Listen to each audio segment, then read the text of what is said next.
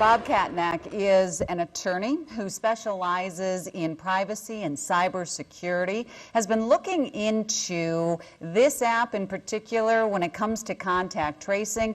Bob, a lot of people, as I've been researching this app, are concerned about their privacy and what information is going into the internet. There are some people who still don't buy online because of security issues. Yeah, that's very understandable. I will suggest to you that the privacy features of this particular app are absolutely first-rate. Apple in particular has historically had a very strong privacy protection culture. They've made sure it's embedded into this app. I can talk a little bit about the particulars of how the app works to explain why that is. But as with so many things, there's good news and bad news. Because of the strong privacy protections, the efficacy of the application, when you look at maybe some other examples that have been used around the world, isn't quite as good, but the privacy protections are terrific. Well, let's talk about the specifics then and how this app works. We know the basics. It's going to help with when somebody has a diagnosis, you can put information in, and then people will be contacted? Yeah, so if you download the app, it sends out a Bluetooth signal to anybody else that's downloaded the app. So if you get within roughly Bluetooth range, 6 feet, 10 feet, whatever it is for a certain amount of time, the code from your phone will register on their phone. And the second step is, if, Lord forbid, you test positive, then the Department of Health will be able to send out a signal. They don't know it's you, but they know somebody tested positive to the other iPhones or Google or Android phones with whom you've been in contact with. Again, we don't know who those people would be, but the phones know. So they send out signals, and then if that happens, then they would be able to know that they have been in close enough contact with someone with COVID that they should check it out. So there's some anonymity. My name is not going to go to other people who I was at a restaurant with. Correct. Two important things. One is anonymity. These are codes. They're replaced about every 10 or 20 minutes. So they're rolling codes and they're destroyed.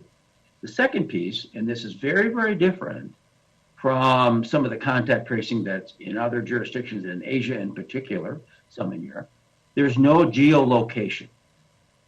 So there's no central repository that knows where Betsy had dinner last night, or that you went any place at all. So that's terrific for privacy, right? Mm-hmm.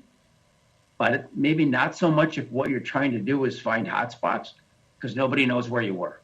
So it's a trade-off, classic trade-off of efficiency versus privacy. Okay, so this is the first app of its kind that we have heard about. You know, maybe others have heard of something similar.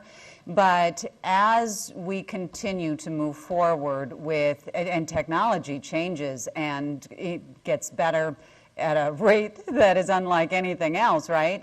So yep. How... This is a great way to be able to contact people, but how long before we see something better? Well, arguably there is something better. I mean, there are more efficient ways of doing this using central repositories and geolocations. Again, there's a trade-off in privacy there. I think another concern that's been raised, and I think it's a legitimate one, is this the slippery slope? All right? You've got COVID. Well, goodness, sure, we'll make some concessions to our privacy because we have to stop the pandemic.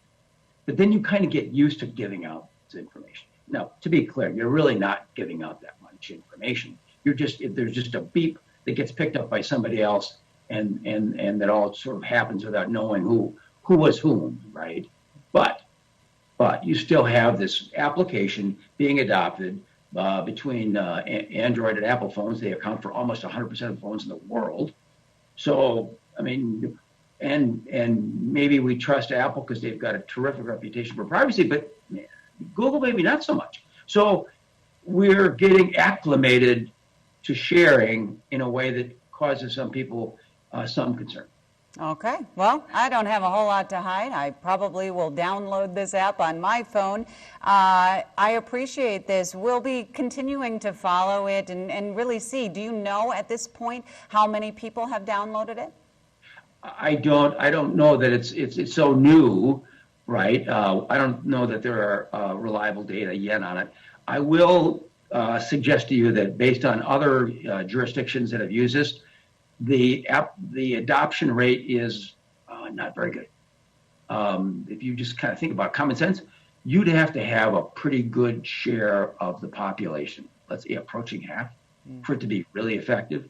And no state in the country has come anywhere near that. We'll see how things go in the weeks to come. Bob, I appreciate your insight on this.